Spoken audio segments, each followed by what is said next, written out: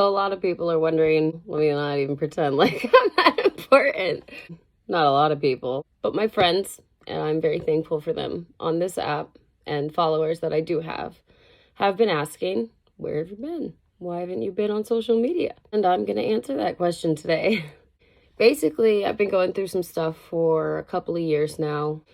And when I started out in music, it was kind of a big push for me because it was part of, I guess, what you would call a manic episode. I lost family, and I reacted instead of grieved, and I didn't give myself this chance to really understand what I was feeling. Instead, I just threw myself into music full of steam because I told myself that's what she would have wanted. No, she did want that, but maybe not the way I went about it.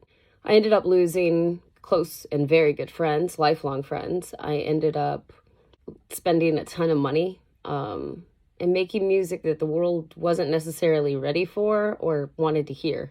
And because of that, and my lack of consistency on social media or ability to engage with followers or even any type of human on the platform, any platform, I never really saw a return.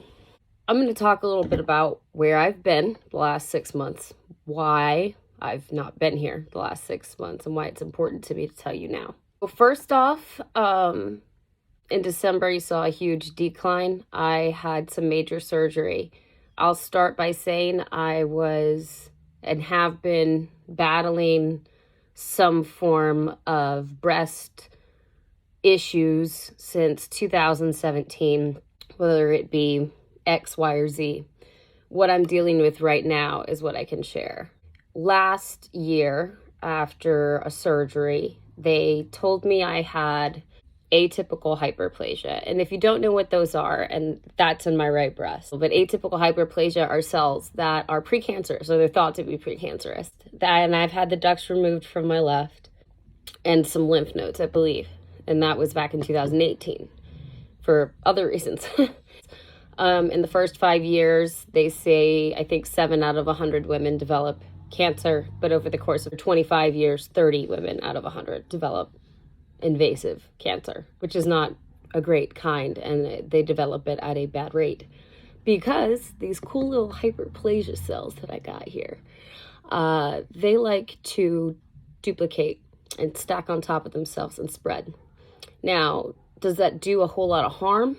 Not right now, but because of the statistics of what we know, and I'm using those based off of a Mayo study, those might not even be current. But I also know that not a lot of people in my age get this, right? So I don't know a lot. The doctors don't know a lot because I am 36. Last year, I was given to an oncologist and a hematologist who told me, well, actually, my surgeon told me too, and he's the best. I love him. He's the only one on my care team who's consistent, and that's great.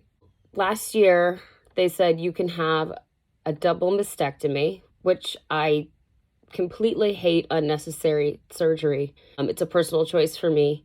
Or there's a pill you can take called tamoxifen. So I said, pill option, because, surgeries take me out of what I love doing and take me out of being active with my family. And that's really the most important part. I had just recovered from that surgery. So I said, no. Problem is with tamoxifen is that they want you to take it, and it's over the course of 5 to 10 years. It was 5 years at the time I saw. Now the recommended time was 10 years. My cousin happens to be going through it. She's like, I'd do it for 10 years. I'm like, oh, well, I lasted all of from March, and then I lost my job, my regular job, March to June. That's all it took for me to be like, no, this is not helping me. It's hurting me.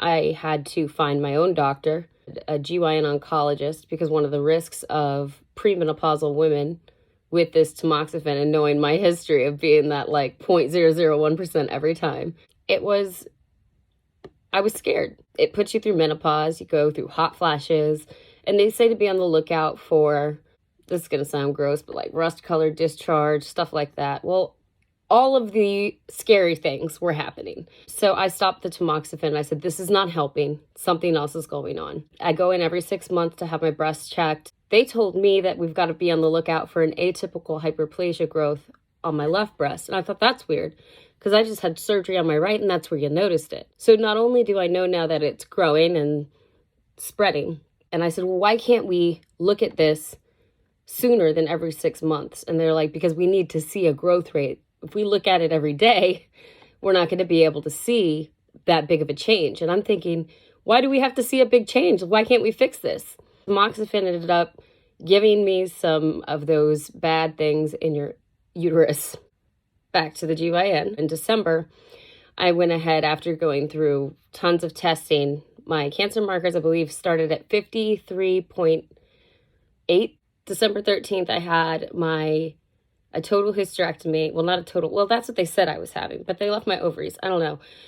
Basically, I had endometrial lining and endometrial cancerous cells, and they left my uterus and they exploded over my abdomen. Now, what I understand now is that once I stopped taking tamoxifen, which is an estrogen blocker, it went ahead and just influxed my body with estrogen. So the tamoxifen was causing the issue, but it was also containing it. When I stopped taking the tamoxifen, estrogen apparently feeds endometriosis and endometriosis. I had no idea. No one says this. No one tells me this. In fact, my oncologist left the practice and I haven't seen one since. Well, not that kind. The hematologist. I have my GYN oncologist who was really great and did a very, very good job. I only learned over the weekend because I had to have more blood work done that I saw the blood work of my markers the morning of my surgery. Because when I had my cancer markers tested and I got the results back, it's at an 11 now. That tells me he did his job and he knows what he's doing. The emergency department had no idea how to read the blood work I demanded. I was like, I need this, this, and this, and this, and this. And they were like, what? But luckily, when I was in triage, there was a doctor in there and he was like, oh, yeah, I mean, okay, can I ask you some questions? I was like, sure, go for it.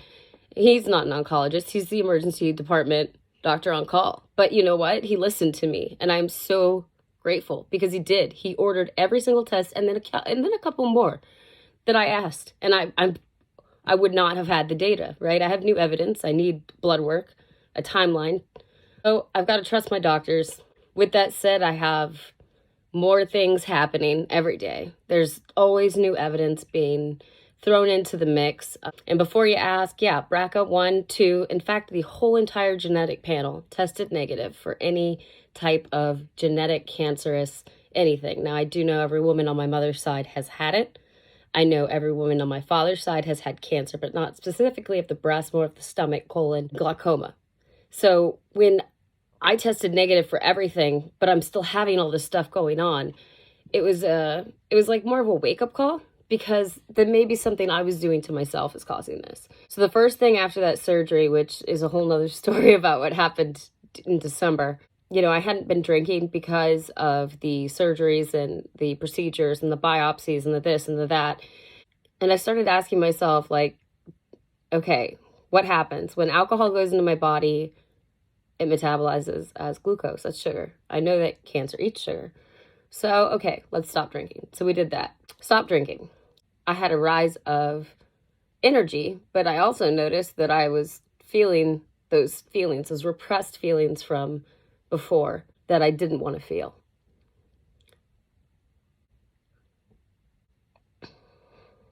I have to give myself a minute to kind of feel feelings and learn how to have emotions again. And also because of the manic mode I was in when I was making music, it's terrified me to the point where what if I make music and it turns me into that manic mode again? I don't want to be that person. I don't want to lose those friends. One of my closest friends growing up said, you need help. Then she blocked me on everything. I didn't know what she meant. I was dealing with medical things, but I wasn't dealing with them. I was dealing with emotional things, but I wasn't dealing with them. Let's just throw this out there. I got serving jobs after I was fired from my job I've had for we're growing up almost a decade, but really 7 years. And of the 4 serving jobs, I got fired from every single one after a month, or I quit in such a childish way. So I have not been able to hold down a job. I'm trying to work on my music at a slow rate. I'm starting to let myself listen to other people, because if it weren't for my friend over the weekend being like, hey, are you alive? We haven't heard from you. Or even friends on the other side of the globe saying, hey, I just noticed I haven't seen anything from you and I really want to collaborate with you. And, you know, my English isn't that great, but we've connected. Why haven't I heard from you? It's a wake-up call. I was so afraid of what everyone was going to think of me going through hard times or struggling or having a medical issue. Was I going to be the music artist that was known for educating people on atypical hyperplasia and breast cancer? If you look at my feed, you'll see every couple of pictures, there's me in like a pink gown posting, like, check your breasts. There's a reason for that. But I was never really open with it. I was so scared about how I was viewed, if I'd get likes, if I'd get hate comments. But who cares? I wasn't being true to myself. And if this platform is truly about connecting with people, I've got to truly connect with myself and allow you to see who that person really is. So I come on here first thing in the morning on Monday, just put through some bobby pins in this mess of hair of mine. You can still see the sleep marks on my face. I decided to come clean. Look at that, wrinkles. Because it doesn't matter. What matters is that I'm here and that I know that I'm not the only person going through some bullshit. That it's okay if you're going through some bullshit. It doesn't matter if it's crazy bullshit, if you think it's crazy. I share this not to be dubbed the girl who has issues. I share my story to help the person who's struggling, who thinks that they can't. On top of all the things, I still managed to have 9 releases last year. I still managed to get up to 1,000 followers on my YouTube. I managed to get 80,000 on the first song and lyric video I ever let off. I got 60,000 on another. I managed to get 6 consecutive nominations for songwriting and 1 win. I managed to find amazing mentors who have seen talent in me and know when I'm full of shit and not be afraid to tell me. I've managed to find myself, pull my shit together enough to where I'm not a burden to my family, which is the biggest part for me. If you're struggling, you're not alone. You don't have to be quiet about it. It's not all blings and Balenciagas, especially not when you're starting. It wasn't for anybody. And I'll just be here and I'll be honest with you. It's not like that for me. There's no blings, there's no Balenciagas. There's no parade following me of Bentley trucks. It just is what it is. I'll be damned if I'm not doing everything I can today to follow my dream. But is that dream? I don't know. I won't even say what I'm doing because talk is cheap. I'll just do it. And I hope I have your support. Thanks.